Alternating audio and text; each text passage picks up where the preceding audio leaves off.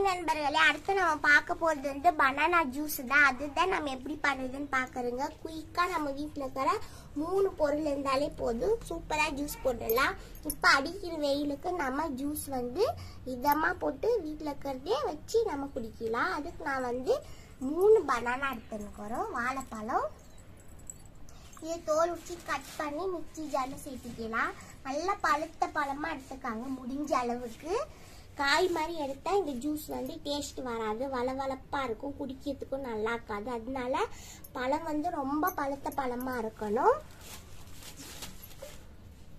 பாருங்க, இந்த மாதிரி கட் பண்ணி நம்ம மிக்சி ஜார்ல சேர்த்துக்கலாம்.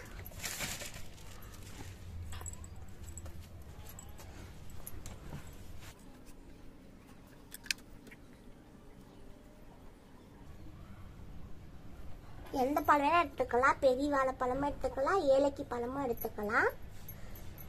இதே குட்டி பழம் தான் வேணும்னு இல்லை.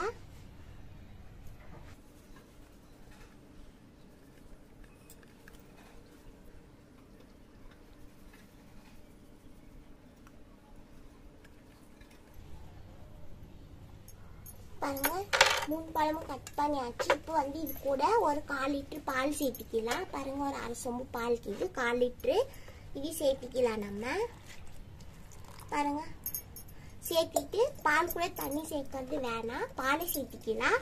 அதுக்கப்புறமா உங்க ஸ்வீட்க்கு ஏற்ற மாதிரி சர்க்கரை எடுத்துக்காங்க. நான் 2 டீஸ்பூனு எடுத்துன்னு இது சேர்த்துக்கலாம். சேர்த்திட்டு உங்கள் ஏலக்கி ஃப்ளேவர் உங்களுக்கு பிடிக்கும்னா அது ஒரு கொஞ்சம் சேர்த்திக்காங்க. ஆனால் எனக்கு வேணாம் அது ஏலக்கி ஃப்ளேவரு. அதனால நான் மிக்சியில் போட்டு இப்போ நைஸாக ஆட்டின்னு வந்துட போகிறோம். பாருங்கள், நம்ம பனானா ஜூஸ் ரெடி. பாருங்கள் எவ்வளோ குயிக்காக நம்ம வீட்டில் இருக்கிற பொருளை வச்சு நம்ம செஞ்சுட்டுங்க சுலபமாக. இது சின்னவங்கலேருந்து பெரியவங்கலேருந்து யார் வேணாலும் குடிக்கலாம். இது ஒரு பாருங்கள், இந்த ஜூஸ் யார் வேணாலும் குடிக்கலாம். சின்னவங்கலேருந்து பெரியவங்கலேருந்து நம்ம வீட்டில் இருக்கிற பொருளே 3 பொருள் இருந்தால் ரெடி, யார் வேணாலும் குடிக்கலாம். ஒரு ஹெல்த்தியான ஜூஸ் தான். நீங்கள் விருப்பப்பட்ட இதுக்கு மேலே வந்து நட்ஸு தூவிக்கலாம், பாதாம் பிஸ்தா அந்த மாதிரி. நான் வந்து பாதாம் தூவிக்கிறோம். பாருங்கள்,